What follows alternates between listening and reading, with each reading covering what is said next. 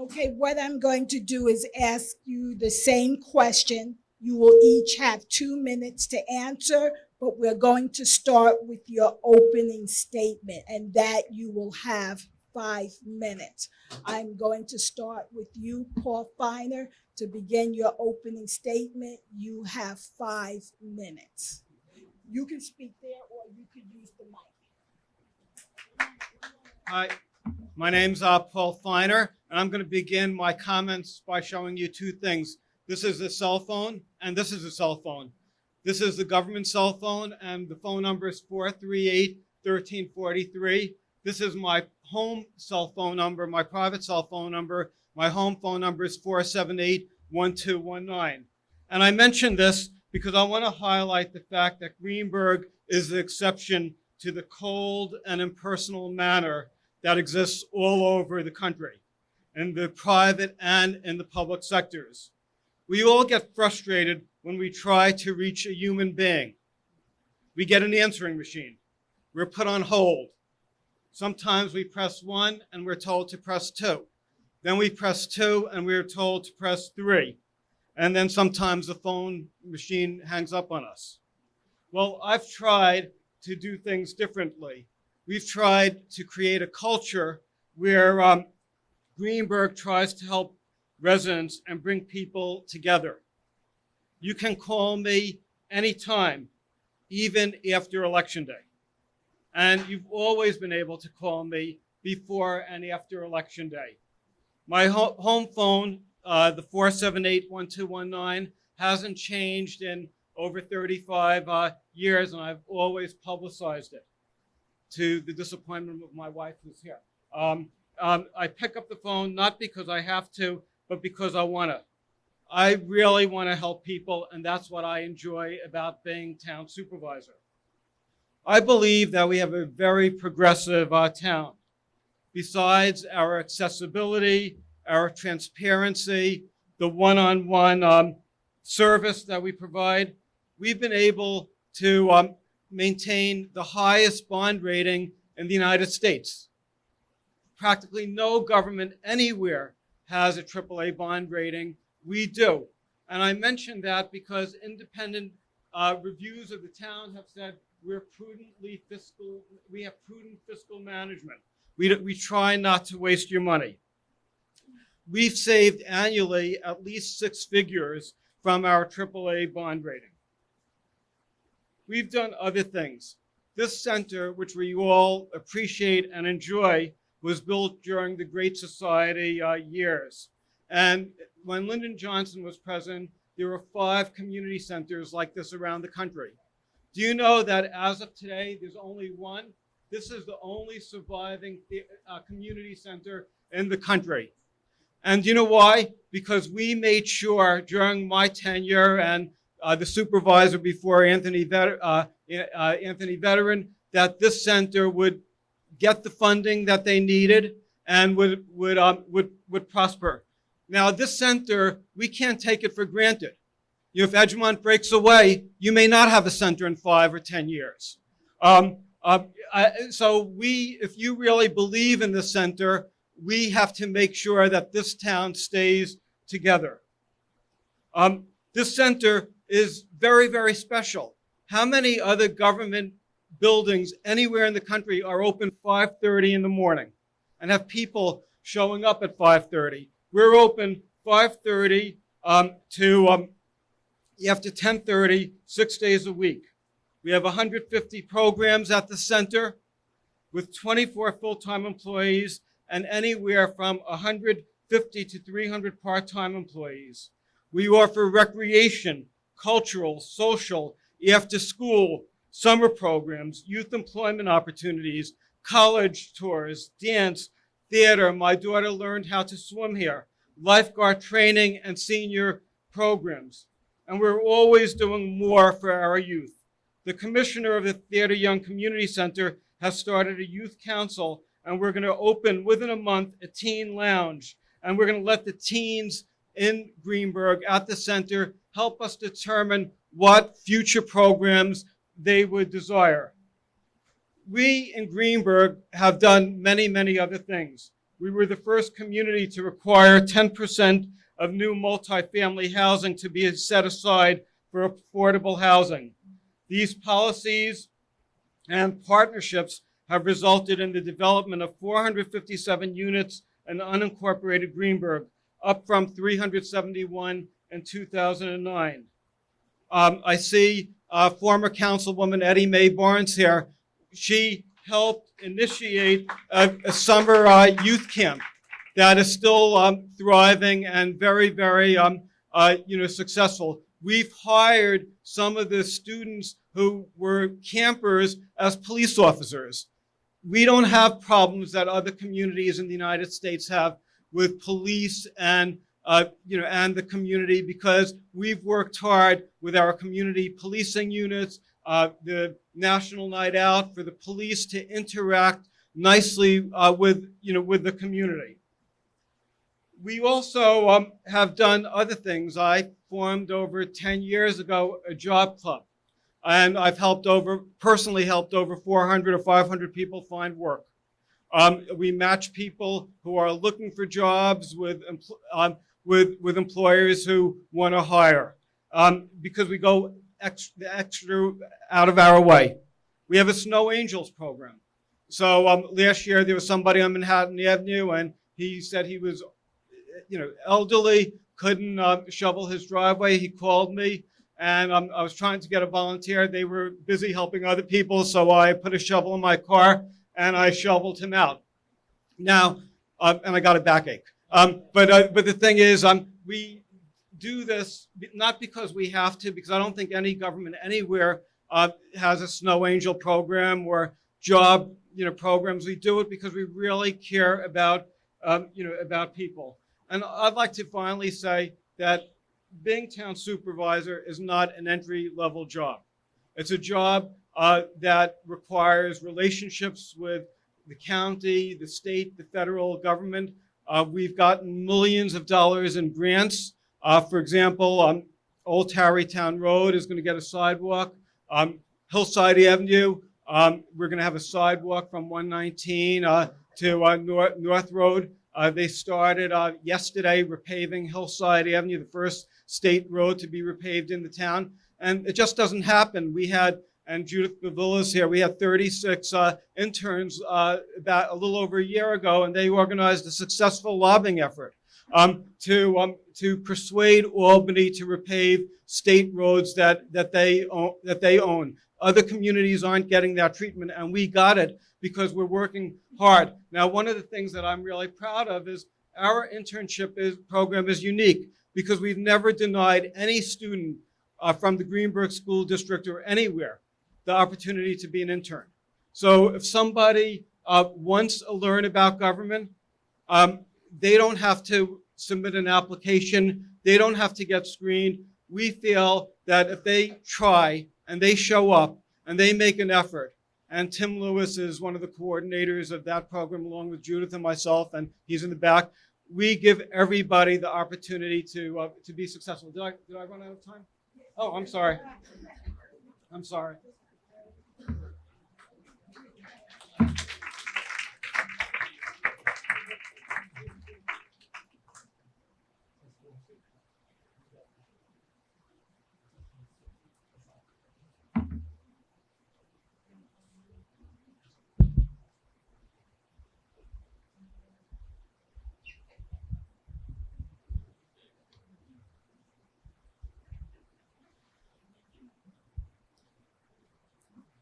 Good evening. Test 1, 2. Good evening, Fairview. Good evening, Greenburgh. My name is Lucas Cioffi. I'm an independent running for town supervisor. I've served our country in Iraq as an infantry officer, and I'm here to serve our community.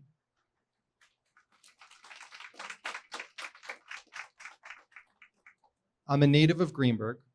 I love Greenburgh. That's why I'm here. That's why I'm raising my children here. I want to thank my wife and my campaign manager, Cliff Abrams, for getting our campaign to this point so far. Tonight is about exploring our differences. Our campaign is about building bridges. And so we're going to lead by example tonight. And I'm going to ask you two questions. The first question is, what is it that brought you out here tonight? Was it an issue? Was it a neighbor? What brought you here? Just think about that for a moment. And the second is, what does Greenburgh need to do moving forward? What do we need to change? Whomever the supervisor is, what change do we need to see here in Greenburgh?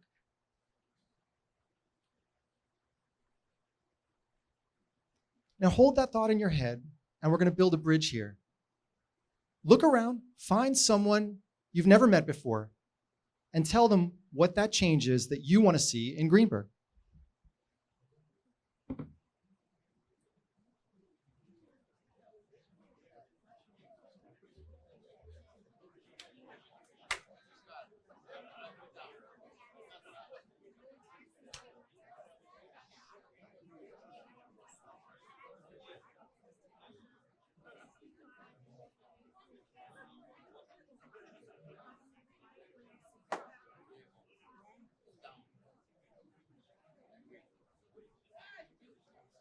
Okay. And I hope we get to touch on the issue that you just spoke about tonight in the questions and answers.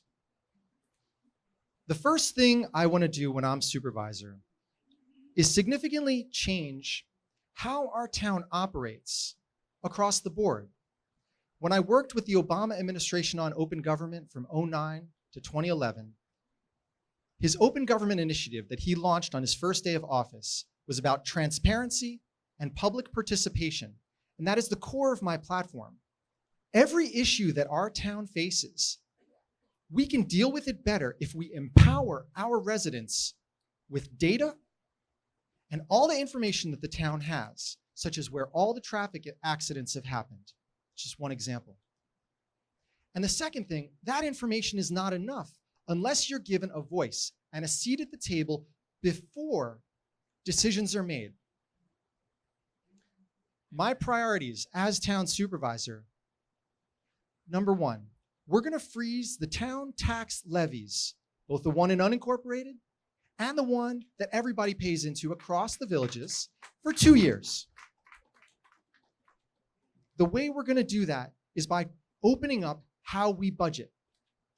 We need more information about every line item so that our officials know that more people are paying attention. The budget is 225 pages, and it only has 3 charts. People don't pay attention to that because it's not made easy for us, but it's our money, and we need to know how it's spent. In the course of this campaign, we started asking questions about that 42% increase in the water tax that's coming up. And we found that there was one contract recently that was $5 million to clean some water towers, and we only had 1 bid. Yonkers had similar work, and they got 5 bids and saved 31% between the top and lowest bid. We need to be, and I'll say one thing just for both of us, please no applause for either candidate so we can focus on the ideas. We need to involve the community in community development. When Fairview learns about what's being built on 119, it's after it's already built. We need community commitment agreements to make sure that there's job training and that resident voice matters. We don't need any more high-end car dealerships. What we need is a supermarket, and I will work very hard as your town supervisor, doing everything I can to get a supermarket in walking distance. The way our town communicates, both to residents and from residents, leaves so much to be desired. My full-time job is as a software developer. We will modernize our technology stack, and it will be easy for you to make calls to our town. And not only that, not just connect with the town supervisor. Mr. Feiner does do a good job about being responsive, but we need more. We need the accountability. We need every problem publicly available. You need a tracking number on your problem. And you need automatic updates if you want them every time status on that problem changes. You should not have to call or email anybody to learn what the status is. Driving here, I saw a gusher of water 4 feet high on Underhill Road, and I know that all the residents who are affected by that water project, drinking their water out of a small blue tube with no water pressure, cannot go online right now and find out what the problem is or when it will be fixed.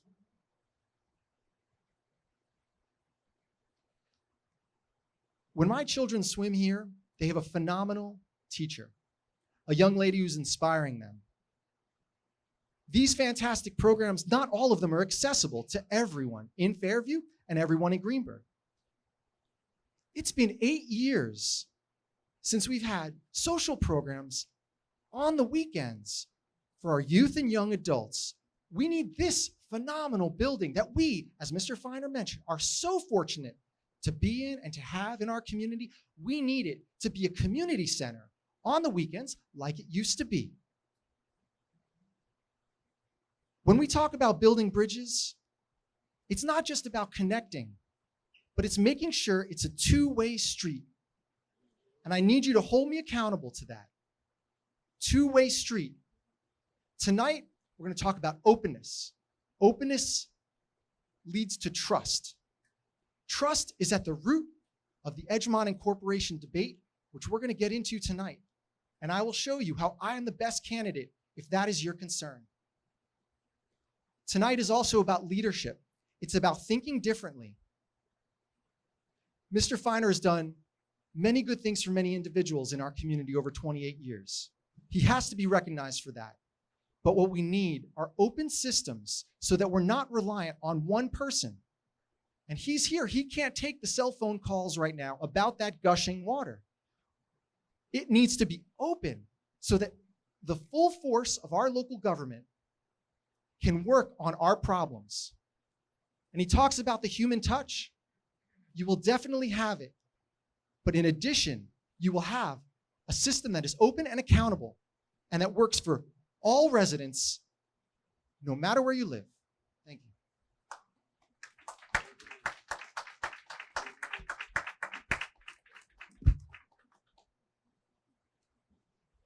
Thank you. The next question to both candidates. How do you propose to increase economic and commercial development within the town? Mr. Feiner, I'll have you come first. Okay. It's on. Okay, I'll repeat the question. How do you propose to increase economic and commercial development within the town?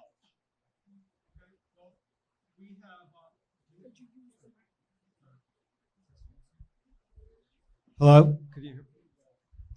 Well, we've, I think, done a pretty good job of inviting developers to come into the town. Regeneron is expanding their complex 1 million square feet of development. We got obviously Shake Shack. There's some assisted living facilities that are being proposed, and these assisted living facilities, some of them, they would generate as much as $500,000 a year in taxes with no kids, and about 60% of that tax amount goes to the school district. So that's something that I think we should do. We have a land use advisory committee. What we've done with proposed developments is we invite residents who live near developments to participate in land use reviews. So they sit down with the town, they sit down with the planning department. We've let them help us select consultants for the review process, and I think that's been successful. Right now, besides assisted living facilities, we have a proposal. Clefts in Edgemont, they just decided to rent their building the landlord is renting their building to a hospital. We are looking at the Four Corners in Hartsdale. We're going to be revitalizing that section of the town with potential mixed use development. We're trying very hard to address stormwater issues, traffic issues, because if we could do that, I think that would generate some support. I'm also going to be forming a committee of people who have real estate backgrounds, and we're going to have a real, sorry.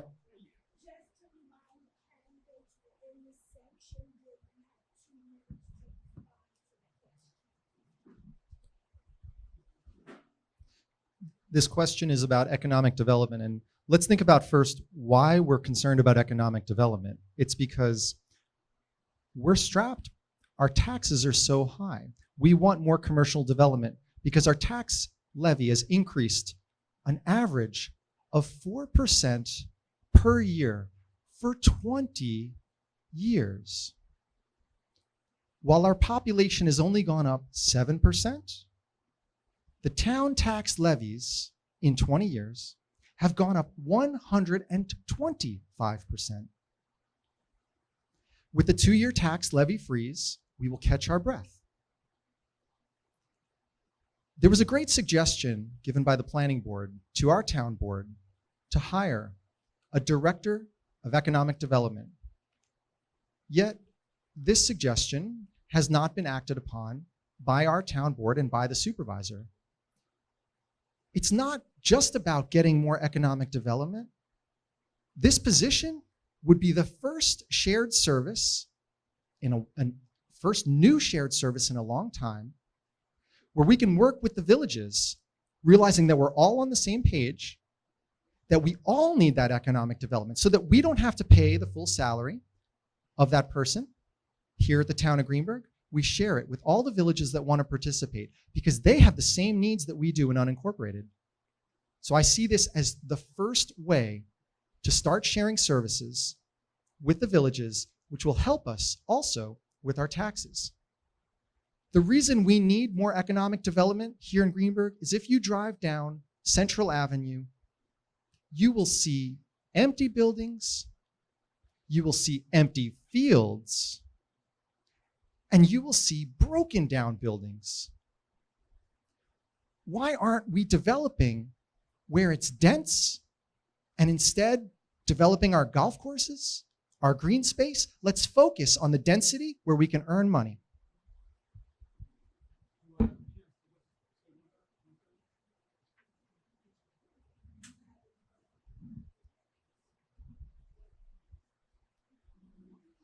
Right now, the world has changed because of e-commerce. It's very, very difficult to attract commercial and retail. So what we're looking at doing on East Hartsdale Avenue is mixed use development, housing with commercial and retail.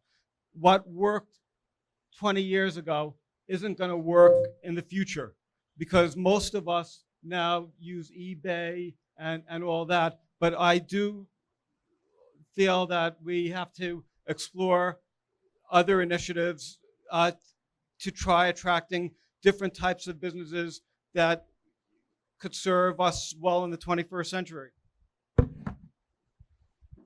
Our commercial businesses are also strapped for the reasons that Mr. Feiner had mentioned. Something that I brought up in one of the last debates is that we're going to do a bold new solar initiative working in collaboration with these retailers to put solar on their roofs at no cost in a way that will allow us to share solar power, go green, and save money. With a large-scale solar initiative like this, we can do it working in a public-private partnership that does not cost us any money in the beginning at all. They do the development, they own the panels, we all share in the cost savings all the way down to our schools. This is a way to go green, it's a way to bring more people out to our commercial districts, and it's a win-win in both directions. Okay, this question again goes to economic development.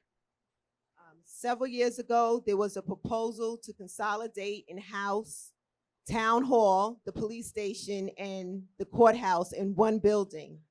What are your thoughts or ideas for needed expansion of the police station and the courthouse?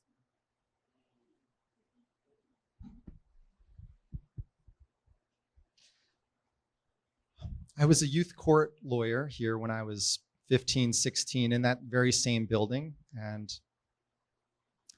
the problems that it had then now are very big problems because we have difficulty hiring a new female police officer because we simply don't have the room. How did we not see that coming? And look where we are now, talking about potentially a $30 million purchase and rehab of new buildings.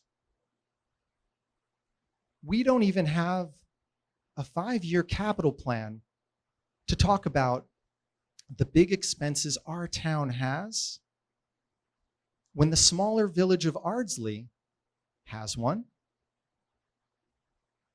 If anyone needs us, it's us. Why is that so important? Well, our children are at stake, and I'll tell you how.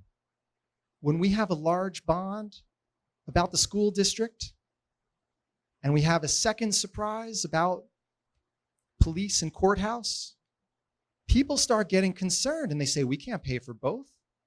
And who suffers? Our children. I'm not going to move aggressively on the police and courthouse until our children are taken care of first. I'm going to step out of the way and let the school district connect with its residents. I'm not going to complicate that process. And at the same time, I'm going to make sure our public servants, those who work in our courts, those who wear a uniform, our fantastic Greenburgh police, that they're well compensated for any hardships that they have to endure. But my position is, our children come first. One of the major responsibilities of the town supervisor is to address infrastructure needs for the town. And the police and courthouse are a major problem, and we have to address the problem. About a week ago, the town board contracted with a nationally known firm, CBRE, to review land options. When we get results, we will come to the community for input, as we always do. We will form a citizens group that will be reviewing any proposal. We'll seek input from the community.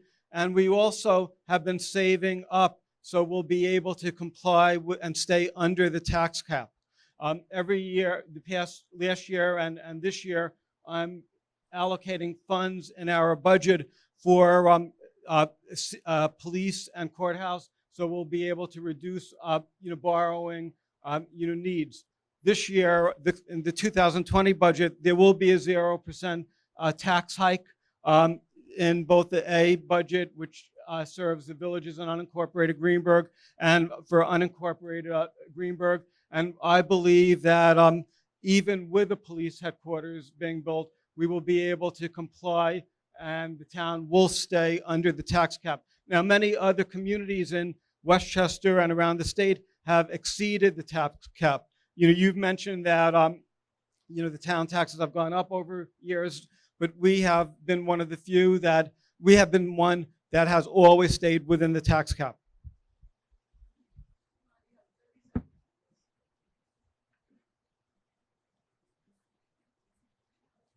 We're going to move on to a question about property taxes. Both of you have touched on this slightly. What are your solutions or ideas to lower the burden of residential property taxes? I'll keep this brief so we can get into even more questions. Well, we certainly need more commercial development. And we also need to make sure that we spend our money wisely. Why are our property taxes so high? It's because our budget is so thirsty for money.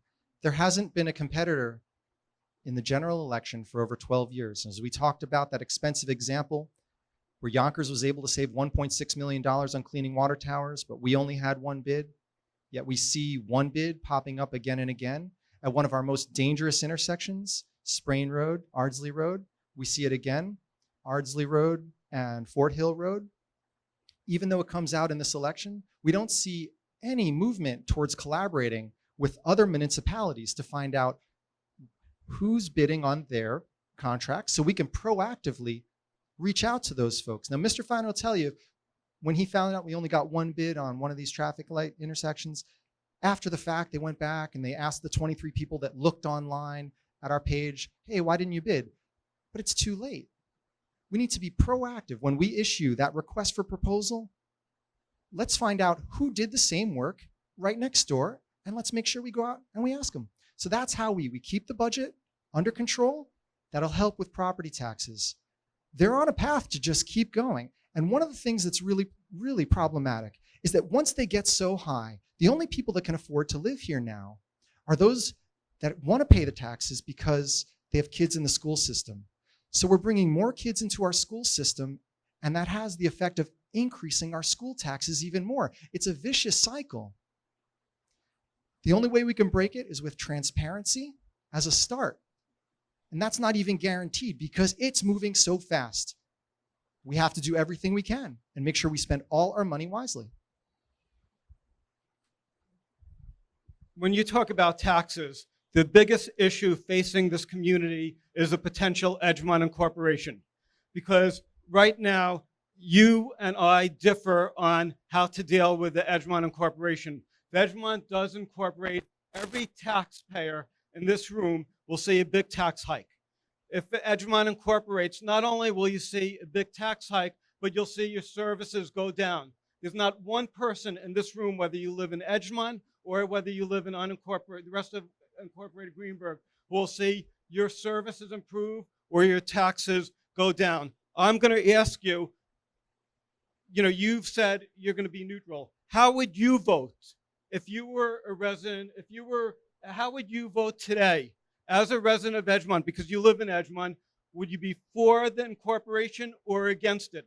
And if you're against the incorporation, what are you going to do to fight it? Because I think it's terrible. We have a beautiful center here. The town of Greenburgh, we could lose as much as $17 million out of an $80 million budget if Edgemont incorporates.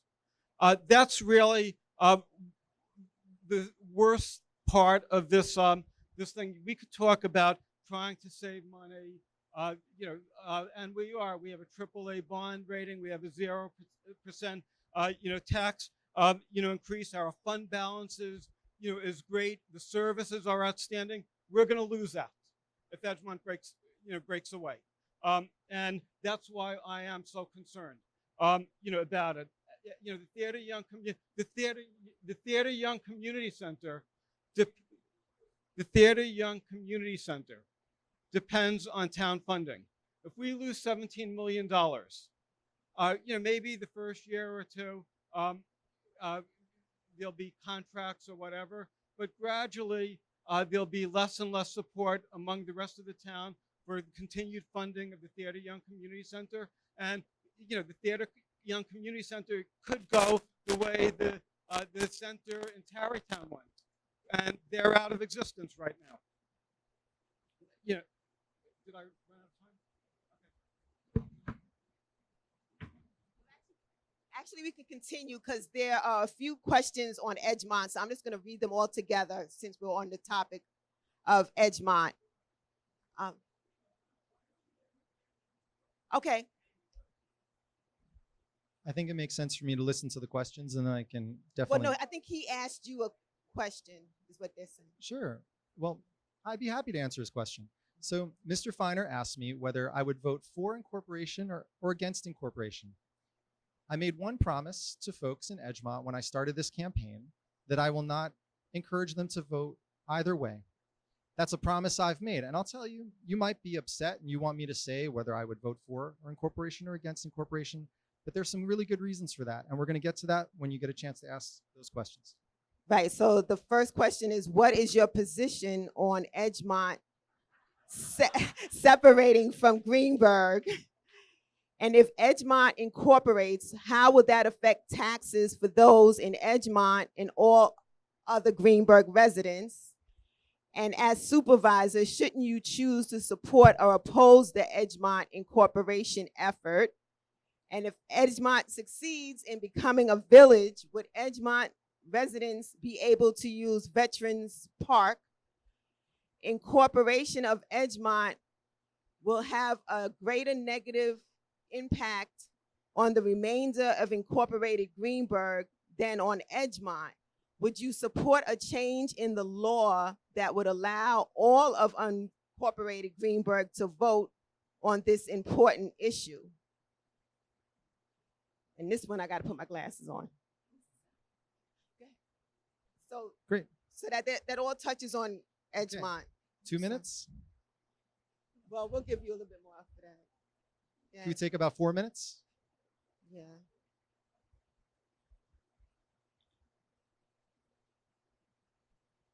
Thank you. So Edgemont Incorporation is a driving concern of so many people here. We'll talk about how we got here, but I think you could see that Mr. Feiner had his hand in that. The real question is not really how we got here or pointing fingers, but it's where do we go from here? So I mentioned that this campaign is about building bridges. Mr. Feiner had a great idea, and that idea was approach Edgemont and ask them if they would support a change to New York state law to give local municipalities more control over their zoning. Edgemont thought it was a good idea. Folks in the EIC, they told me, Mr. Feiner mentioned it to me in Hartsdale one night at the beginning of this campaign, that he mentioned it to the EIC, the Edgemont Incorporation Committee, but that they rejected it. And if you ask the EIC why they rejected Mr. Feiner's good idea, they'll tell you it's that they don't trust him. So this idea about giving more local control to Edgemont, the beauty in it is it also gives more local control to Hartsdale and to Fairview. And now we see it's touching upon the very same problems that Fairview is concerned about. Fairview has 119 because the town has made its development decisions for it. We don't need the town making everyone's development decisions. So Edgemont's onto something. Edgemont's saying that the town is not working for it. That's why they're engaged. If Edgemont incorporates, your property taxes will go up. In the budget, Mr. Feiner mentions an average home in unincorporated about $17,000 in property taxes.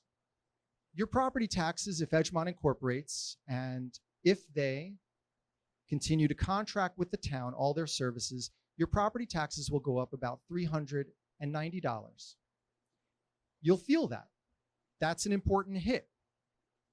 Yet, it's not as dramatic as thousands of dollars that Mr. Feiner is making it sound out to be. So let's first put it in perspective. So the question is, which candidate up here is going to be better for you on Edgemont Incorporation? And I say that it's about trust. First of all, I'm going to, because no one would trust that I'm going to make a fair decision on Edgemont's petition, I must recuse myself. That's been in the platform for many, many months. The town board will hire somebody, 4 people from outside Edgemont plus myself. Someone will evaluate that petition and they will do an objective job. And if they make a decision that's different than Mr. Feiner's, that means Mr. Feiner was not doing an objective job and he was suppressing the vote. But it comes down to trust. Will Edgemont trust me when I make that commitment to them about giving them local control? Or will they trust Mr. Feiner, who they've already rejected on that very same offer, and they're gaining more and more momentum towards incorporation? And yes, it will hit you. That's why you don't need Mr. Feiner in office anymore. One major difference between me and my opponent, besides differing on the Edgemont Incorporation, is I believe that it's inherently unfair for only Edgemont residents to have the right to vote when all of us are going to be impacted. If Edgemont breaks away and only the people in Edgemont get to vote, they are going to be messing up our entire life. And I think that's really not fair. So I've supported state legislation, which I continue to support, and I'm disappointed that you're not supporting it, that would enable everyone in the entire unincorporated Greenburgh to vote on whether or not Edgemont incorporates. Now that's something that we proposed, State Assemblyman Abenante was pushing for it. There's other lawmakers in Albany who were pushing for it. It's fair, because you may say $300 is not a lot. For me, it is a lot, and for a lot of the people in this room, you said $300 of a tax hike isn't as that significant, or it's not as bad as $1,000. Well, $300 is $300. There's a lot of people in this room who can't afford a $300 increase. But besides that, it's not only the tax increase that you're going to have, we're going to see a reduction in services. If we lose $17.5 million out of an $80 million budget, what's going to be the first that's going to go? Is it going to be the social programs like the Theodord Young Community Center? Are we going to cut out community policing? Because we're going to have to cut something. I did an analysis. If they break away and they decide that 100% of the services they're going to do on their own, we're going to have to lay off as much as 75 people, as many as 75 people. That means major services like the Theodord Young Community Center, community policing, maybe the SWAT team in the police department. Many programs are going to be cut. Not because we want to cut it, because we're not going to have a choice.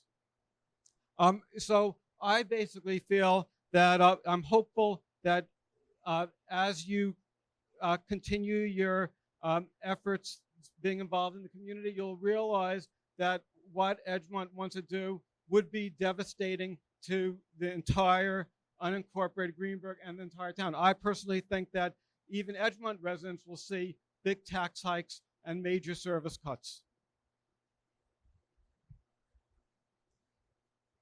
Mr. Feiner, again, is right about the dangers of Edgemont incorporation for those that are in unincorporated. There's a question here that was asked about whether I would support changing who gets the right to vote on Edgemont incorporation. And on this, I am consistent. America is all about protecting minorities, different nationalities who are minorities, different religions that are minorities. And the incorporation law is set that way so that people can determine their own destiny. The change to the law was not proposed by Mr. Feiner at New York State, but instead it was proposed because a very large religious community in upstate New York wants to break away from their town. And people are trying to take away their right to vote by giving many more people outside of that religious community the right to vote on that minority's future. If Fairview wanted to incorporate and become their own village, if Hartsdale wanted to incorporate and take control of their own destiny, I don't support changing the law to make it harder for them. What I support is building bridges and earning their trust. Edgemont does not trust Mr. Feiner, and it's getting worse every year. It's been 28 years.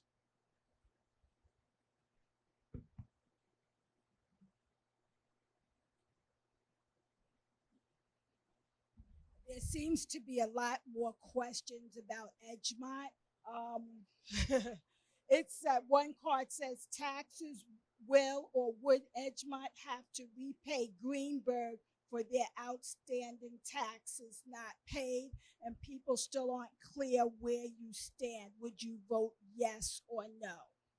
Now, just to say we do have more questions. We're trying to get everybody's question in, and we're trying to hook the questions with what we initially asked. So we'll try and get more questions as we move forward.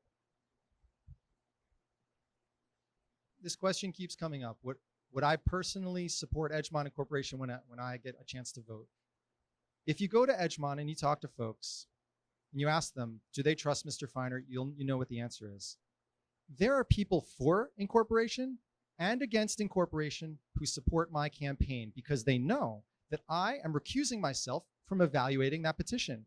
I will make it no easier or harder for them to get that petition passed. The entire town board, many of whom are in the room, will all have a say in protecting your interests to make sure that the person who evaluates that petition is objective and fair. Happy to take any more questions about Edgemont incorporation at the end of this meeting. But let's also get into some other issues that are important for the rest of the community. First of all, you can't delegate a statute. The New York State statute states that the town supervisor of the town of Greenburgh has to review a petition, an incorporation petition, and after he or she reviews a statute, the petition, you have to make a determination whether or not the petition complied with New York State law. I did that. I spent the time. I looked at the statute. My opinion last year was upheld by the Appellate Division of the New York State Supreme Court and by the Court of Appeals. I did my job. I reviewed the petition that was recently filed, and again, I found that the statute was not complied with. I didn't make up the law. I didn't try interpreting the law to my own personal views. I looked at the statute, I looked at the petition, and then I spoke to some people who are lawyers. We had a public hearing. We heard from objectors, and after I reviewed the evidence, I found that this petition, in my opinion, does not comply with the law, and I'm convinced that the Appellate Division and probably the Court of Appeals, if it goes to the Court of Appeals, will uphold my decision. And I should mention that the last time I made my ruling, the Appellate Division ruled that the other side has to pay legal costs, which we estimate to be $32,000. I don't think that it's in anybody's interest to be spending donations or whatever, or taxpayer dollars on incorporation. I'd rather deal with issues. And the other thing I'd like to say is I would hope that you would encourage the Edgemont Incorporation advocates to disclose where they're getting their money from. Because you know what? This has probably cost hundreds of thousands of dollars, and they have not told us who's behind this incorporation petition, who's donating the money. Why? May I do a quick rebuttal? 30 seconds. So Mr. Feiner is absolutely right. The town supervisor needs to be the one that makes the decision, and I will absolutely make that decision after the expert makes their decision. It's pretty simple.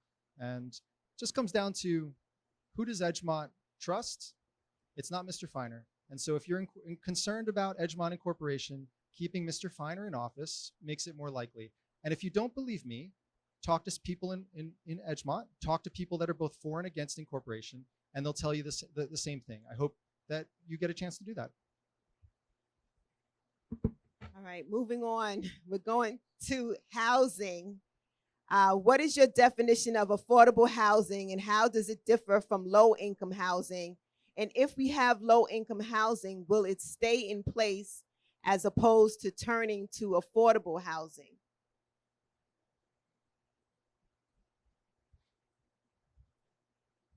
The definition of affordable housing and low-income housing is pretty clear. It's based on the median income in the area.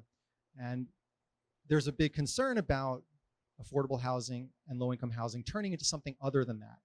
And we have to look no farther than Tarry Hill.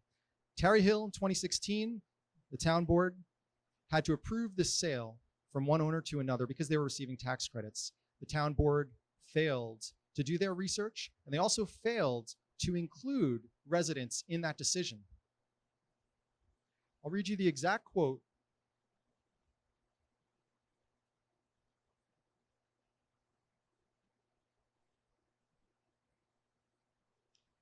The town board approved the sale of these affordable housing units, 86 units, to someone who had retweeted the following: "The money is in cash flow. How to dump tenants and make money in New York City real estate." They linked to an article about the chaotic, abusive process through which New York City landlords turn affordable housing into luxury apartments. Now, I'm not saying anything was wrong about this, but we should know why Mr. Feiner recused himself from that vote. Was it because he graduated high school with that person, with that person's business partner? That's one problem with accountability. When someone is not present for a vote, we have no reason why they were not there advocating for our residents.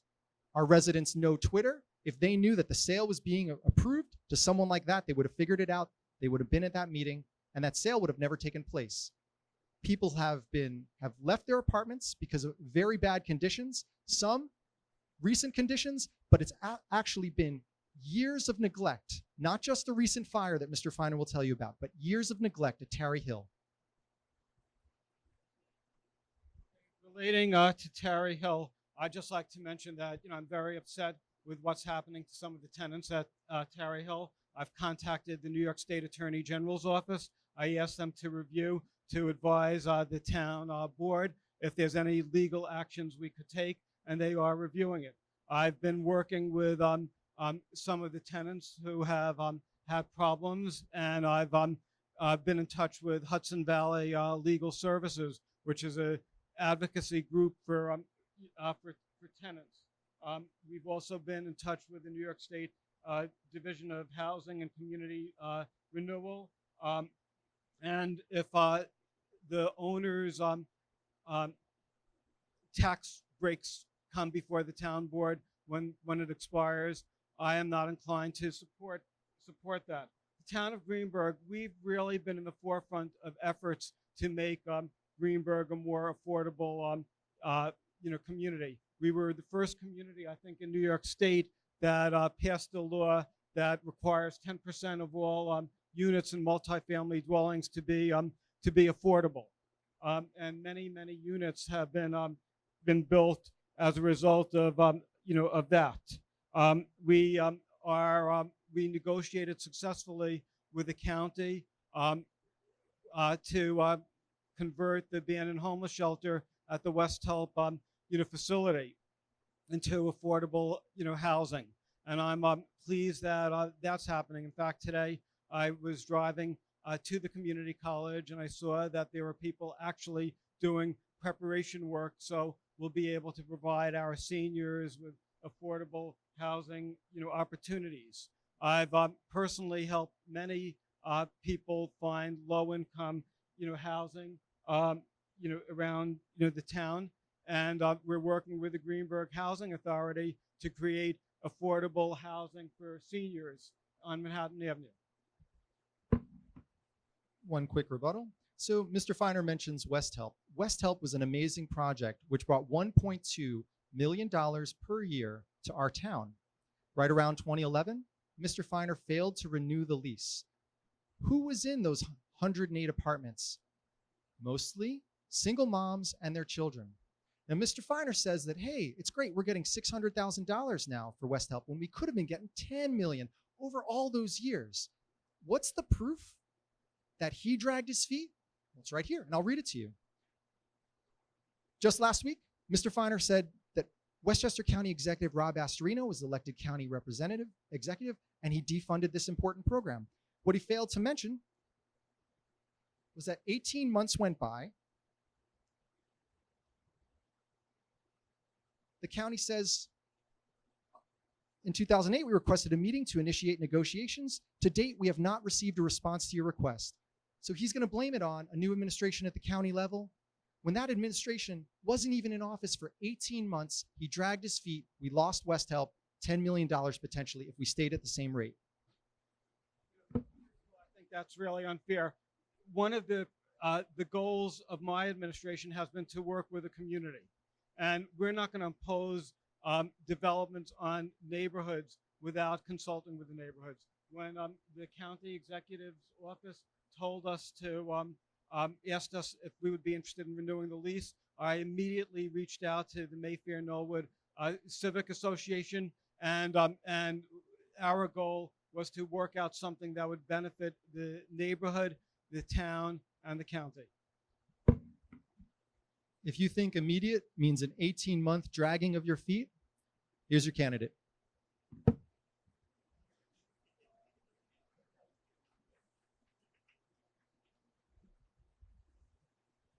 Okay, we're going to move on to the next question.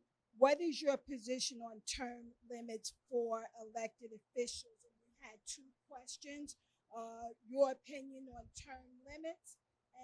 And Mr. Feiner, one question is, how many more years do you plan to run before someone new can get an opportunity to be supervisor? Is 28 years too few? Today marks the halfway point. Uh, but uh, but I just want to mention that there is term limits. It's called an election.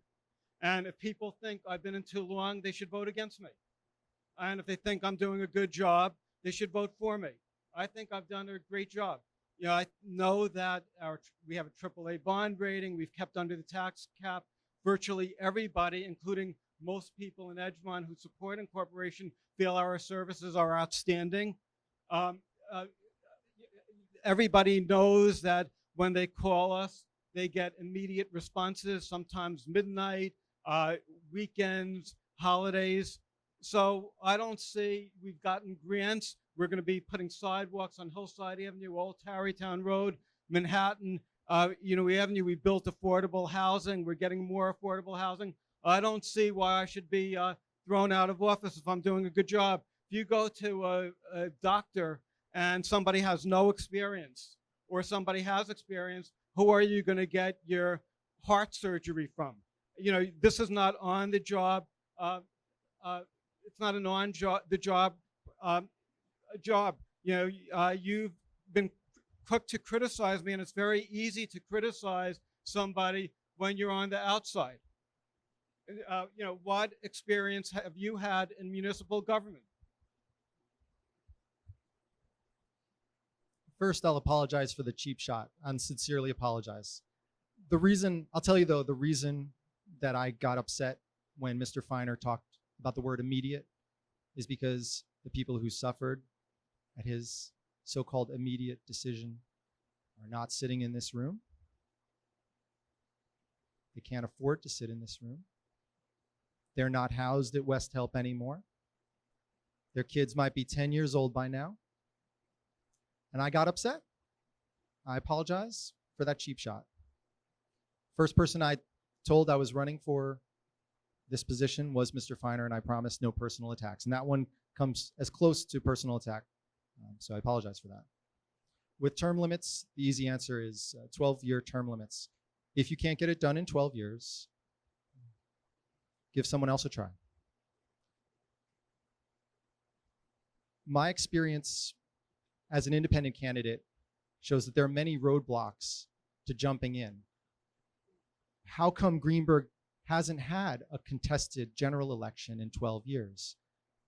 We see that when we have that contested general election, we get all these new ideas on the table. He starts coming up with new committees that he's forming. We have so much more interest and transparency and focus from our residents on Nextdoor and Facebook. And term limits will just make these elections that are contested more frequent, and we all benefit from that.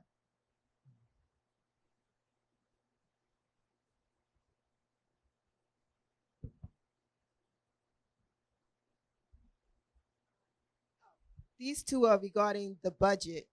So this one says, the budget for the Theodord Young Community Center has been cut yearly, and now the programs for the youth are too costly, and so is summer camp. How will you make a change? And as a piggyback to that one, it says the streets in Poets Corner are in poor condition. Requests to repave them fall on deaf ears. Instead, potholes are filled in only to break open within weeks. Why has the appropriate money to repave roads not been appropriated? And if it has, where is that money being spent instead? We hear two versions of how our services are. In this question, someone who lives on a particular street sees firsthand that things are not exceptional, like you just heard from Mr. Feiner. Part of the problem is that all requests to the town go through Mr. Feiner's email inbox. We run our town on his voicemail and email inbox. If you go to the new website, which took over a year for this town to launch, you could go to the Citizen Request Tracker. you see a page. Use Citizen Request Tracker to report your concerns. There's a link. It says view existing requests. So you click on that. There are no concerns. You click submit a new request. And then you're right back to use Citizen Request Tracker to report your concerns. The system literally is broken. There's no public accountability of any of the problems that we see. If you have a flooding problem on your street, you'll reach out to Mr. Feiner, and so will your neighbor because they have the same flooding problem. But neither of you knows that both of you reached out. Any promise Mr. Feiner makes to one, you won't know about because it's all in a closed system. So as a software developer, building these systems is not hard. Mr. Feiner says he has a solution that he's been discussing with DPW for over a year, which costs, in his words, $200,000. We can use off-the-shelf solutions. Just like Mr. Feiner said, the world has changed. There are cost-effective ways to get these town problems out in the open. It ensures fairness. It makes us know, just like you're tracking a package from FedEx, every time there's an update on your problem, it comes to you. You don't have to email one person who might be sitting in a debate while your water is gushing onto your driveway. First of all, relating to the Theodord Young Community Center, I'd just like to mention that we've been making tremendous investments in, in the center. We've repaired the ceiling, the pool, the roof. We're getting a new generator. New boilers will be installed.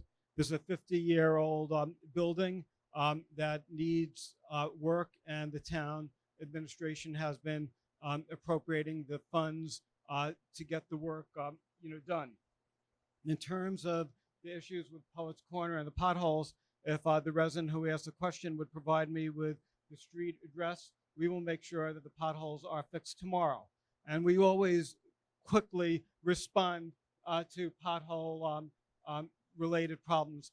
One of the things the town did, and this is using technology, we're one of the first communities in Westchester that bought, it's called a hot asphalt machine. The asphalt plants closed down during the winter, so most communities and the state, when they fix potholes during the winter months, they use a cold patch, and 2 or 3 days after they fix the pothole, it's a mess again. So we purchased a machine that uses hot asphalt, so the pothole repairs are done correctly. Now that's good administration, because basically what we're doing is we're taking action so we could avoid fixing a problem and then having the problem occur. We spend a lot of money, millions of dollars on road repaving, and again, every neighborhood of the town is treated fairly and has been getting the roads done. And we do have a system in place where we identify the roads and rate them. And again, I'm looking forward to hearing from the constituent who has this complaint so I could follow up on it. And the brief rebuttal, when we think about generators, we think about the Lois Bronze Community Center. That's a town-owned building, daycare facility, the same parking lot here. The town failed to get this air conditioner fixed.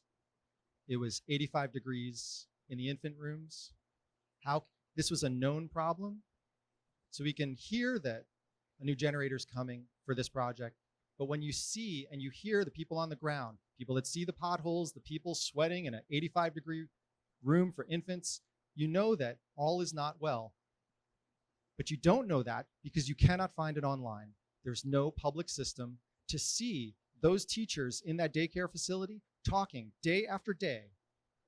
Here's the problem. It's getting worse. We don't need industrial-sized fans that these children can stick their finger into. We need proactive leadership. And we need to be able to fix these problems before they happen. We need maintenance schedules that are online so that people know the maintenance is happening on schedule. That's the power of working in the open.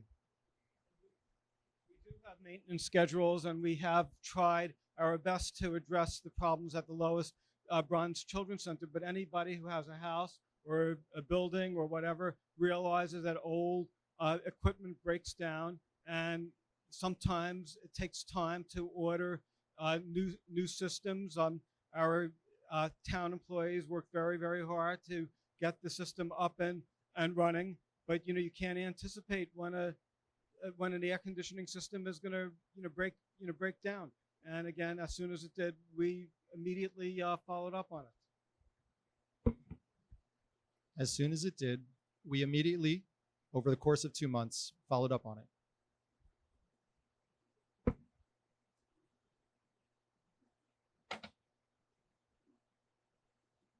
Just so you know, we have moved into the part where we're asking the questions that you have written.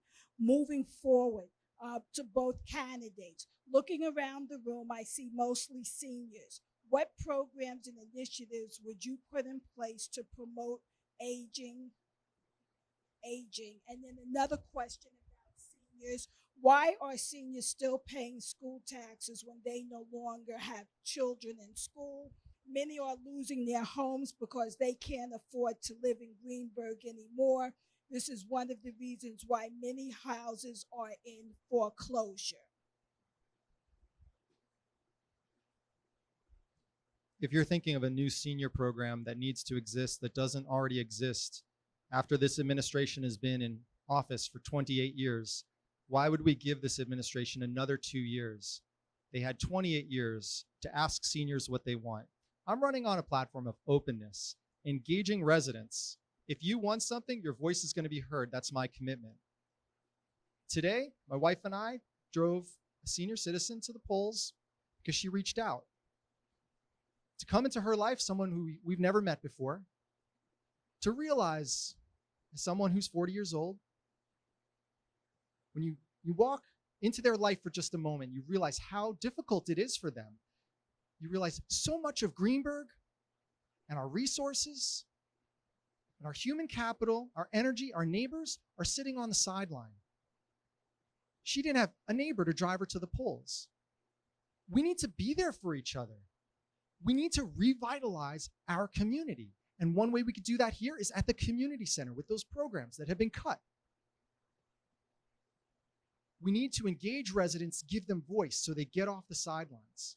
Our civic associations are ready to participate. But if you ask anyone who leads a civic association, about 80% of them will feel that it's not worth it. The town grinds them down. If you want to have an opinion, you go to a Wednesday night town board meeting, you sit through a half hour of presentations at a meeting that starts late, you wait 2 or 3 hours, and you get 3 minutes in a microphone.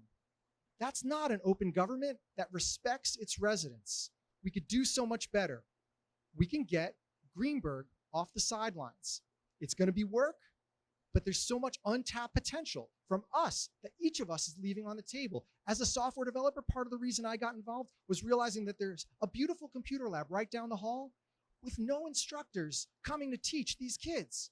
We need to get Greenburgh off the sidelines. We are Greenburgh and can do so much more if we are invited. We could always do more, but I think the town has done a lot for our senior population. We ordered 3 new buses, and the seniors basically have many programs. We take them to shows. We have a Meals on Wheels program, a municipally funded Meals on Wheels program that serves the most frail of our elderly population. We have TV Angels, a Snow Angels program organized by volunteers helping seniors who have problems. We have many programs at the center, at the multi-purpose center at Anthony Veteran Park. One of the issues that I am concerned about is the high cost of assisted living facilities, because it could cost $15,000, $20,000 for people to live in these assisted living facilities, and it's just unaffordable. So I want to basically look at a law, and we've been speaking to some assisted living facility providers. Obviously, we want discounts for for seniors who live in the communities if assisted living facilities are going to be built here in Greenburgh. Another idea is to set up a separate account, and not everybody is going to go into assisted living facilities. Some people are going to want to age in place in their own homes. So maybe there could be like a scholarship, program that they could help fund. That could help fund staying at home and being cared at home with a homemaker that they, that they may not be able to afford. So that really is going to be one of my highest priorities, and we made a lot of progress on that because we've gotten some of the assisted living facility operators to agree to that.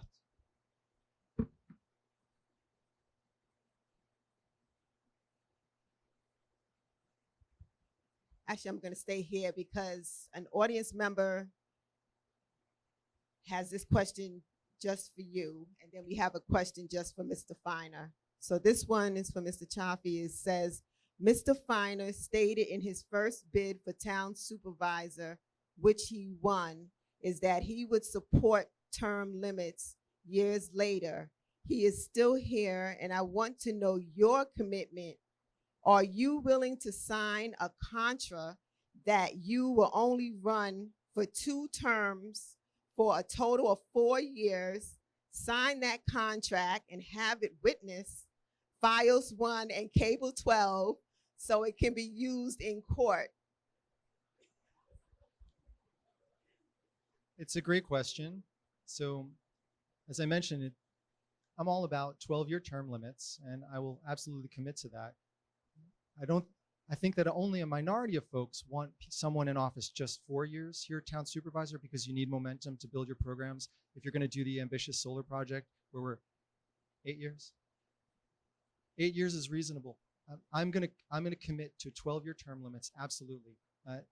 I've had several careers as an infantry officer in the U.S. military, as an open.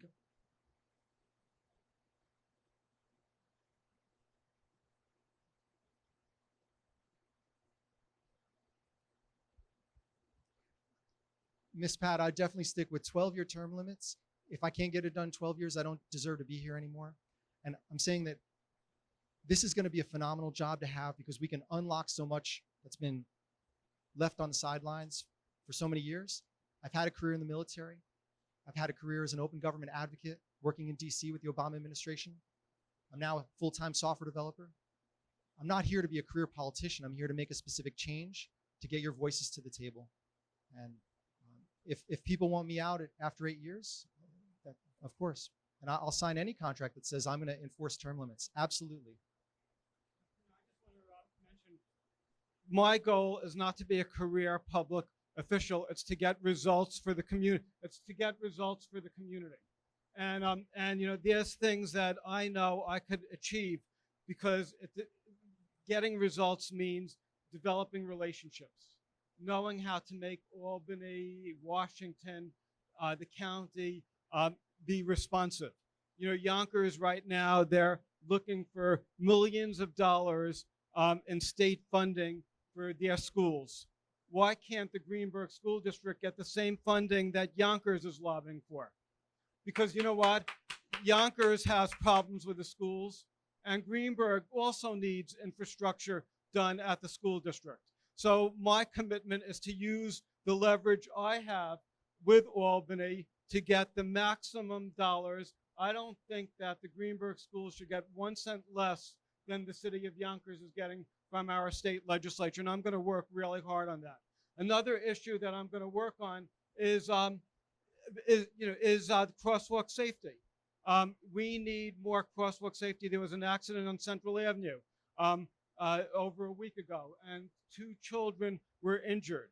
I'm going to use my leverage as a public official to make sure that the state improves that section. I spoke to Senator Andrea Stewart-Cousins on Saturday, and she's committed to making that happen. And it doesn't, you don't get results with on-the-job training in this job. We got $1 million for Hillside Avenue, the sidewalks. Hillside Avenue is being repaved. Oh, I'm sorry. A very brief rebuttal. Mr. Feiner asks, why can't our school districts and our town do what Yonkers did? That's not the right question. The right question is, why hasn't our town done what Yonkers done? I did meet with our state senator and the school board in April. And this is a work in progress, and I'm convinced that we're going to get results for the Greenburgh School District, because the school district needs infrastructure, and we're going to make sure that the state is being responsive. Actually, this is piggybacking on what you just said. Our school district needs to be improved, and funding is mandating. What will you do to help us get our tax money worth? And our home value depends on it, despite having children.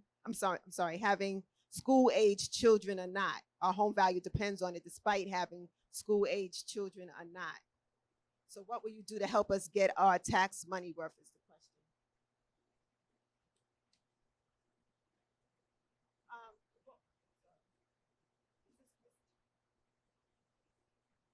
This is regarding the school taxes.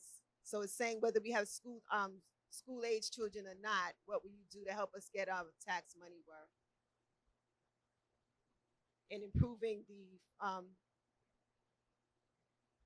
So a very important question. What's the next town supervisor going to do to help Greenburgh Central School District and any school district in the town of Greenburgh? As you know, Greenburgh Town Supervisor has no direct authority over schools, but that doesn't mean that we can't do anything. People who serve on school boards, they have a very steep learning curve. We can help them learn with each other by providing a space for them to convene across school districts and across their rivalries so that they can learn from each other. That's not yet happening. Because our taxes are high, sometimes our valuations on our homes go down.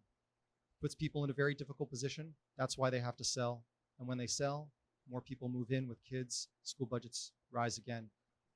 What I mentioned at the very beginning, we don't need the court and police station issue, which is definitely very important, to be clouding our judgment and letting the school board and the residents connect with each other on the best interest of the children. The town needs to get out of the way of that relationship for those kids. And if you have ideas about what you would like to see the town supervisor do to help Greenburgh Central School District, I would love to hear them. I think there is tremendous potential for having greater collaboration between this center right here and Greenburgh Central. We don't have to think of the Department of Community Resources as just confined to one building, but instead we focus on its mission, which is empowering people. And that mission can happen anywhere across town, even in the villages, if we're going to involve them. I've really tried hard to do whatever I can to enhance the reputation of the Greenburgh School District. As I mentioned before, we have an internship program, and we invite students from the entire town, and we have many students from the Greenburgh School Districts, and we give them an opportunity to improve their learning experience and to interact with other officials, and they have gotten results. We got Hillside Avenue, the state committed to repaving the street before they were planning to do it because of our internship program. We have an after-school program. The town funds the Exposure After-School program. Students have their own radio program, and we've given them exposure. Our students have been nominated for 2 Emmy Awards.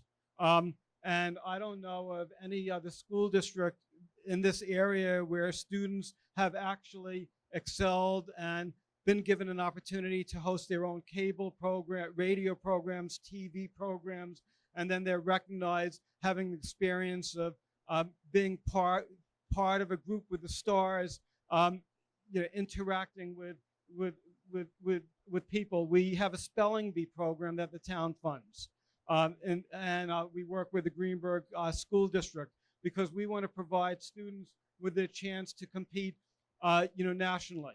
The town of Greenburgh, we have the reputation of having more Nobel Prize winners than any community, I think, in the United States.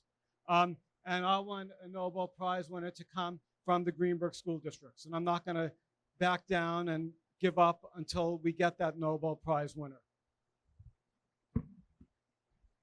Exposure is a great example. It's a program that's here. Unfortunately, it's quite expensive, so people do not have access to it because of the cost, people that live very close. If you want a scholarship to that program, you've got to fill out some paperwork, which is intimidating folks. Just by virtue of your address, If you live in a place where you need assistance, you should be fast-tracked. We should have residents at the forefront of our minds. Residents first. Let's make these programs accessible. You said you want to have 0% tax hikes. If you give scholarships to people who don't show forms or whatever, our taxes are going to skyrocket. We want to give scholarships to people who need the scholarships, not just because somebody says they don't want to pay. Nobody wants to pay for anything.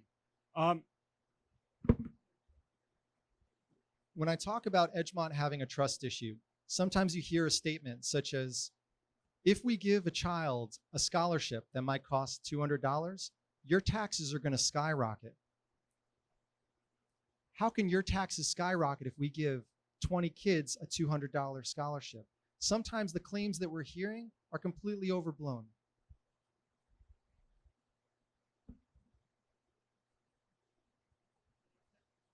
Controls, because if you don't have controls in government, the taxes are going to skyrocket. You have to have oversight, you have to have controls, and you can't say yes to everyone who wants something. That's the problem. We all say we want 0% tax increases, and we have to manage the town in a fiscally prudent manner.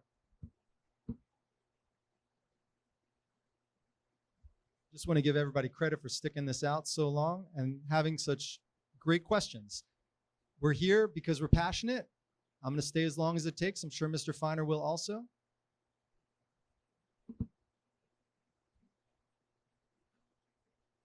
We do have a lot more questions, so we're going to continue. As long as you can stay, please do.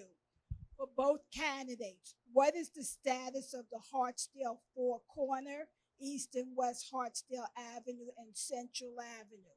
Also, New York State Sport Authority on Hartsdale Avenue closed. What is the plan for replacement of this business?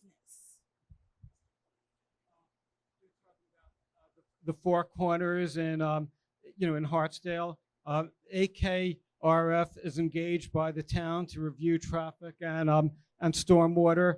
Town staff has provided AKRF with base data. Traffic counts are being undertaken by the firm, and the area will be subject of a comprehensive report. While many of the recommendations from the study will be planned to implement with redevelopment in the area, the firm will also look closely at recommendations that can enhance safety now. These recommendations will be shared by the public and the town and New York State DOT throughout the process. What was the second question? I'm sorry.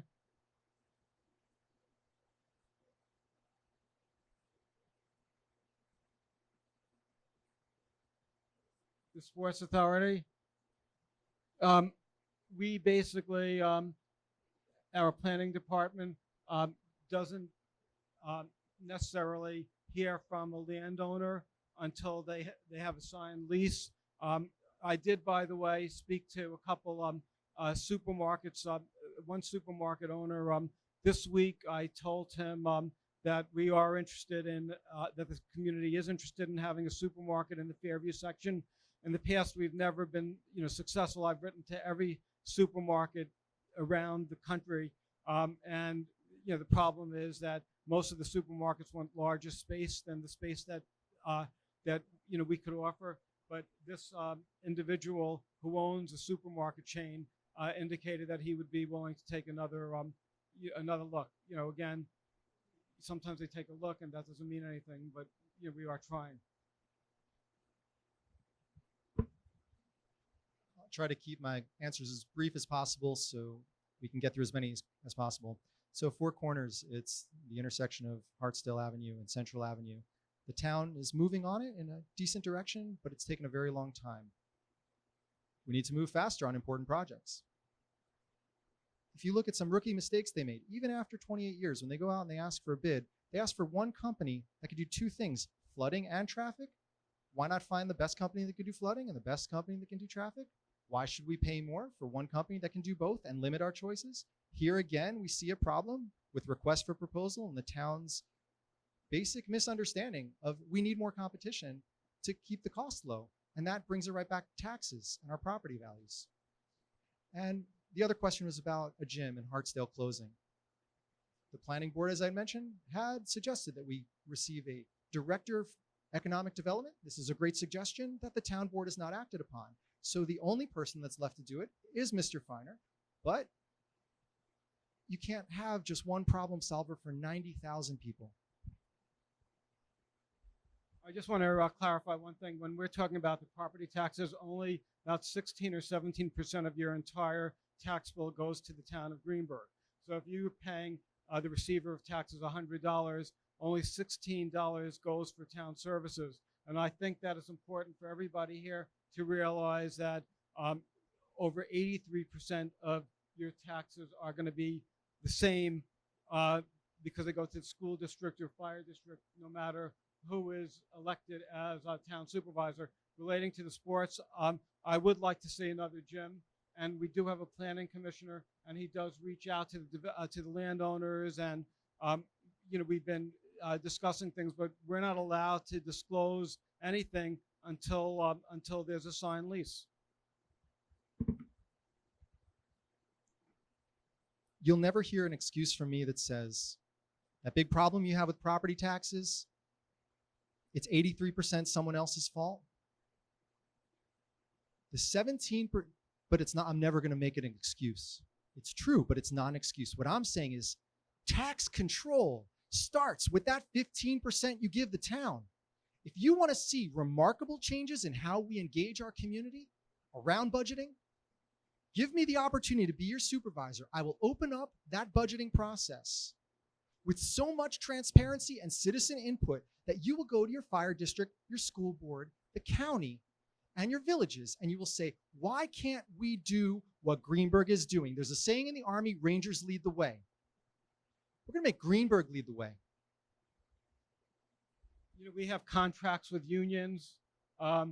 We have fixed costs, medical, insurance. And if you want to lower the taxes, it basically means that we're going to have to not comply with our contractual agreements or make major cuts. The thing, we could make government more efficient. We are looking for ways to make government, more efficient, but we really have to recognize that we do have obligations. And you said you want to keep all these programs at the center and have more programs. You can't have more and have a tax reduction at the same time.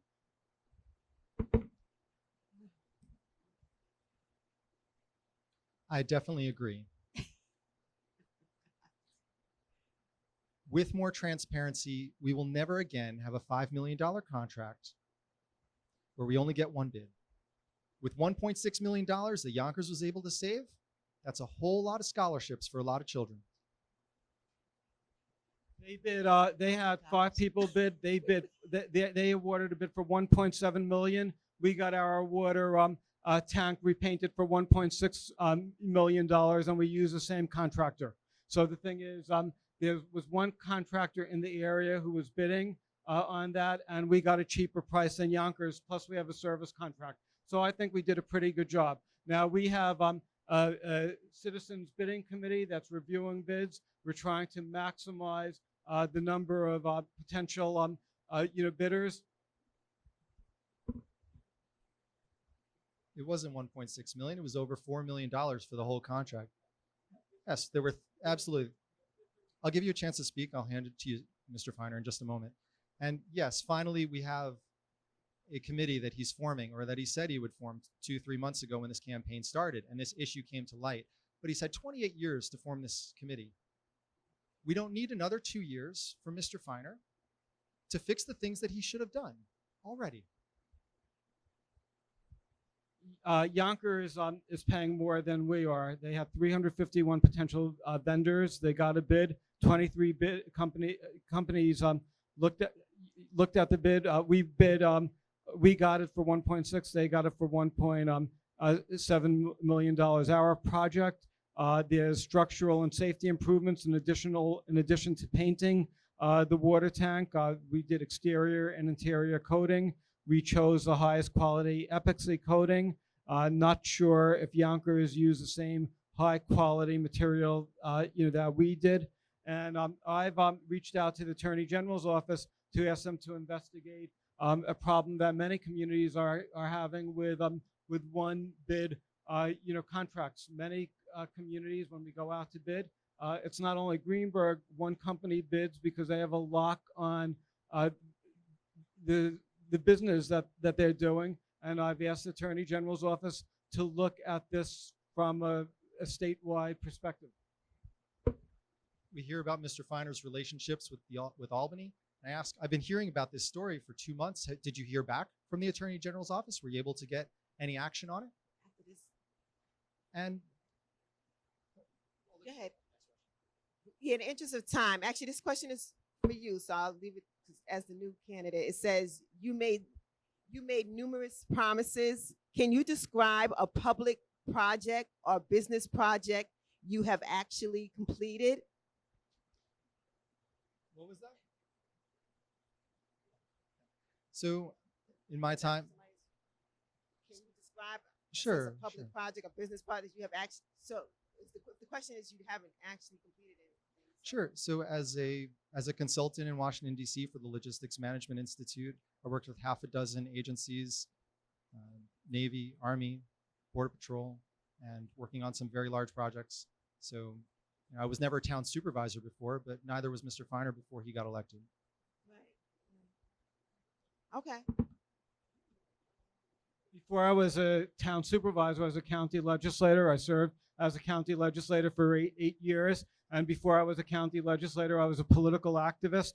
I was one of 6 national recipients of the Common Cause Public Service Achievement Award given to me and the head of the Rules Committee of the United States Congress and head of the Consumer Affairs Office. And, in Washington, I set up a bus service from Hartsdale to New York City. I got the first bikeways built in Westchester.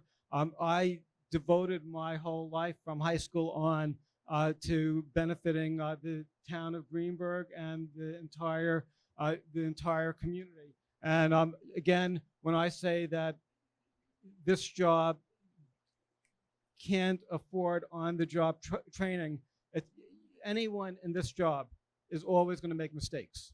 I've made many of the mistakes already, so I'm not making it again. But I've learned from my experiences, and I really feel that I'm a good town supervisor because I've experienced the problems. I know what you have to do if there's a hurricane. We had a situation in Edgemont. There was a tree that was down last week on Edgemont Road. It blocked the road. I got an email from somebody. They said the tree was removed. They called the police. The police were there in 5 minutes.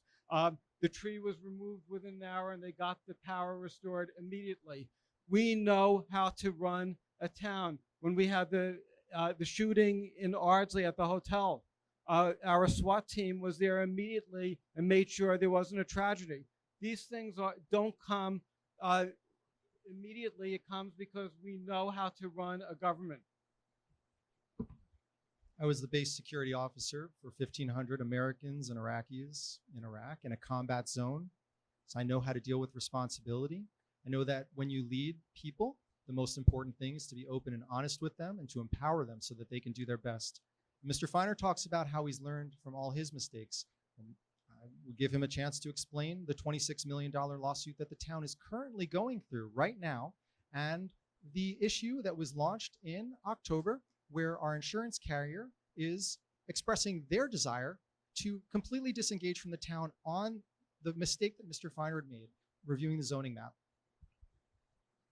leaving us completely vulnerable to the entire $26 million judgment. Gentlemen, we are at our time limit. This will be the final question. The question is, there was a time when seniors who couldn't make it to the board meetings were allowed to call in. Will that feature be reinstituted? And also, low housing for seniors, there's no communication on what's being done. I would like to resume the Dial Democracy initiative. There were some misuses because people were calling during the entire meeting, and we have to come up with a system that is fair and and provides people with the opportunity to communicate from from their homes. But I've always supported maximizing public participation. And I should mention that 90% of our meetings are involve citizen participation, and we like that. We listen to the public and we learn from the public input. I feel that we have a very transparent government, and I feel that we have a very open government, and we certainly tell people what's happening. Mr. Feiner was the one who initiated dial democracy. I think it was a very good innovation many, many years ago. He mentions that he wants to bring it back. Well, there's nothing preventing him from bringing it back. He's been in office all these years. He mentions that it's important, that he's going to do it, but it's not done. In my platform, which is about 8 pages, I mentioned that we need to take another look at dial democracy. And it's not just about doing exactly what we did before, but technology has changed and allowed people to come and engage on their phones. We can even do video. There's so many new things. I'm a software developer. That's my job, to be up with technology. We need to just take a top to bottom review on how our town communicates with its residents. I think dial democracy is ready for a return, but I don't think it's coming back under Mr. Feiner's leadership. We're now going to move to your final or closing statements. Each candidate has 5 minutes.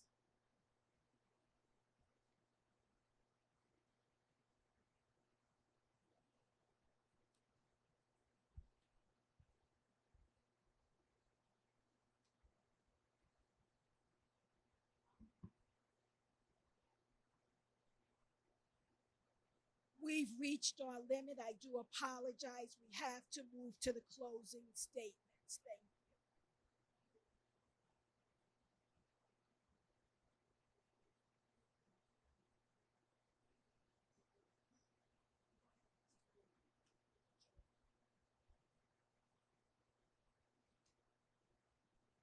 So here we'll wrap up, and a few things to say. The first thing I'd ask you to think about is the first 2 questions I asked you. What was the issue that brought you here? And what is the change you'd like to see in Greenburgh? You think about that, and you think about which one of the candidates here is more likely to get that for you. If you're looking at just 2 people up here and trying to figure out which is going to be the better town supervisor, I'd say that there's more to that picture. Don't just look at the 2 people, but look about the system that they bring with them. I believe Mr. Feiner truly wants to help people. That's why he likes to take your phone call. That's why he is so responsive. One problem solver for 90,000 people, as I mentioned, it does us a disservice. At this very moment, when I drove by that gushing water, people were taking photos of it, and where are they sending it right now? What we need is a different system. That's the system that I can bring. The system is working in the open. Obama's Open Government Initiative, transparency and public participation. That means that every request that you bring to the town is going to be tracked with accountability so that everything that changes about that request will come to you. It's just going to be simpler, and it's easier for you to hold us more accountable. The other half is getting notified about all the important things that you care about in town. Let's think about our town's communication system. Right now, it's an email list, and it mostly comes from Mr. Feiner with an occasional email update from the police chief. But there's so many other people on the sidelines. Hartsdale Parking Authority, people running youth groups. They should be able to have their voice too. Now, they can't blast it out to everybody because everybody doesn't want to hear all of those updates.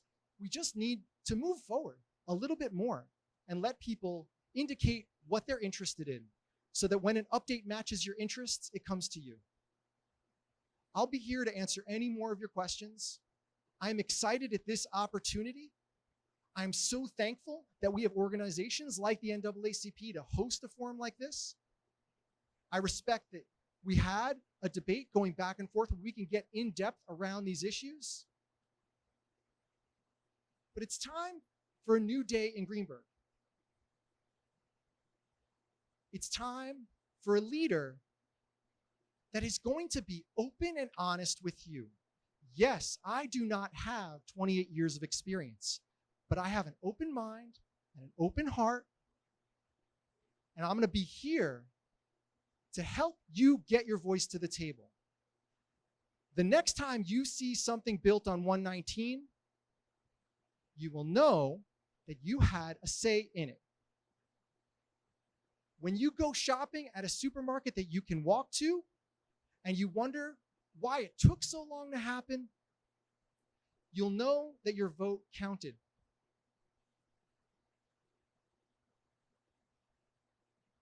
All we need to do is open up. With all the town's information, we need to track our data much better. A few months ago, I asked the police department for all the intersections where there are traffic incidents. They were fantastic at providing the data that they had, but unfortunately, at our town level, there isn't an interest in data-driven decision-making. So half of the data you couldn't even use. And this is vital data to know and speak with your teenager that's just learning how to drive. Where are the most dangerous intersections? Data that the town has can empower you in your daily life. When you were driving in here and you saw there was construction, you shouldn't be finding out about construction on your path when you get there. There should be a map of all construction projects and the status of them. That is what I'm talking about when we're empowering residents, opening up and holding ourselves accountable when we make mistakes, and learning in partnership with our residents. I appreciate your time. I appreciate Greenburgh. This is going to be a fair election. And we just have to respect that everybody sat here to listen to all these questions. That is awesome, but it's just the start. There's too many folks that cannot afford to be here for time and money reasons. We need to build bridges and bring them in.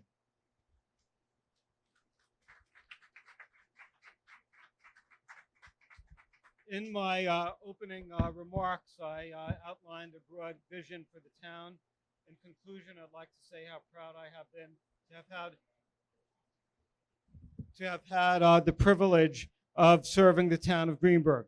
I've been active in public service since high school, when I successfully lobbied the county to close the Bronx River Parkway for bicycle Sundays and to build the first bikeway in the county. I established and ran the first bus service from Hartsdale to New York City to compete with the railroad before the county took over.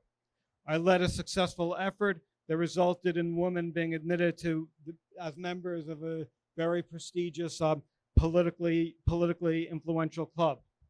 I ran for county legislator, won, and worked for a more open and transparent government. We purchased the old Putnam right-of-way, returned it into the South County and North County bike path.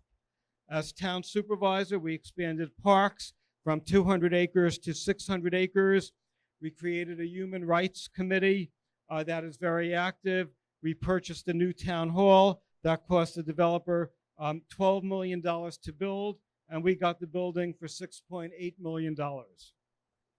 We've approved more affordable housing, and was one of the few local governments in Westchester not ordered by the federal government to build 750 affordable new homes because we did it on our own, not because somebody told us we had to do it.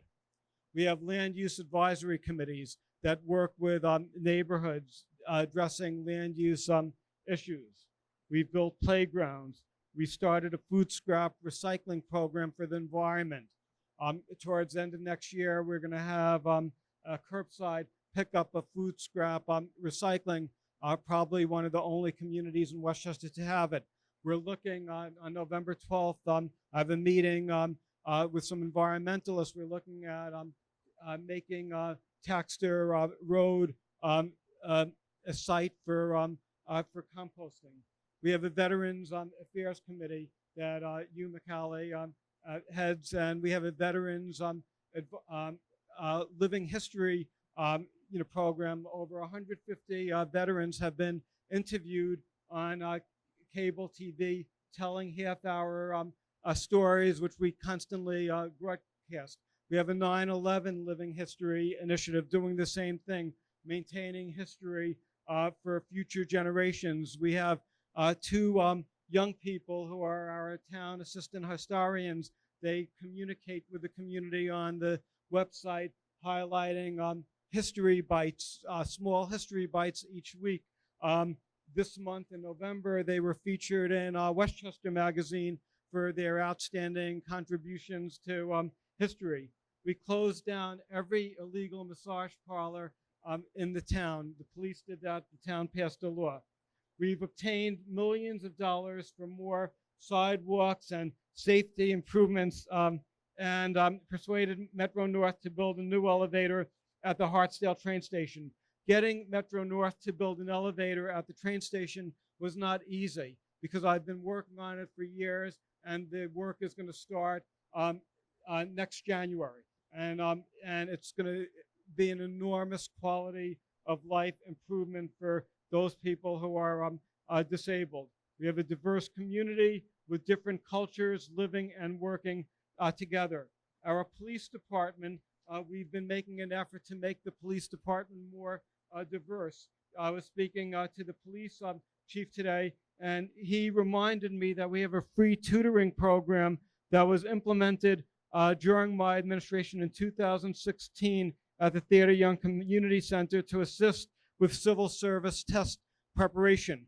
We're also making a major effort at the community center to improve the potential so the officers we could have a more diverse leadership team at the top rather than only at the bottom of the police department. And our new police chief is determined to make that happen. We've seen a decrease in civilian complaints against police officers, and we were the first community in Westchester County to implement the body-worn camera for police officers. You don't see what you see in other communities.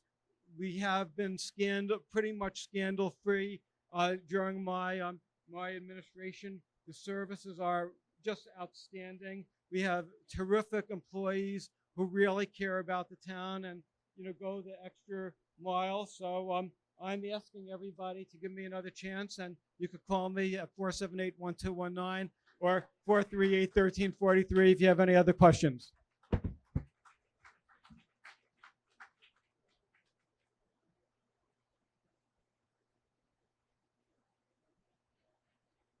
Well, that ends our candidates forum. I'd like to thank you guys for coming. I hope we're all more informed now, and good luck to both of you.